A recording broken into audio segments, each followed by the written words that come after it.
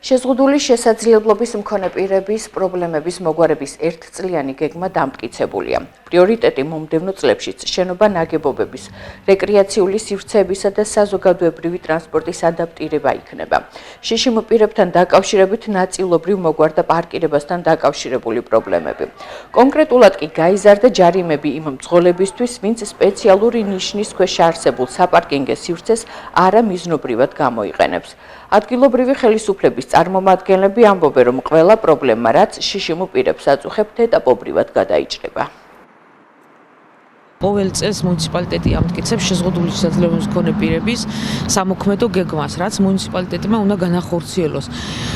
ამ წელს მუნიციპალიტეტს აქვს უკვე ახალი რეკრეაციულ სივრცეებში, ყველა გათვალისწინებული იქნება 5 რეკრეაციული სივრცე იყო მითითებული გეგმაში და 5-ვეში გათვალისწინებული იქნება შეზღუდული შესაძლებლობის მქონე პირების ინტერესი.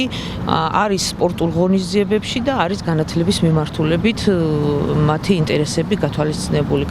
სპორტულ ღონისძიებებში მონაწილეობა მათი ჩართულობით იქნება და იქნება განათლების მიმართულებით მოტორიკისა და თვითონ ხელნაკეთი ნივთებისთვის შესწავლა და განვითარება მაგ მიმართულებით.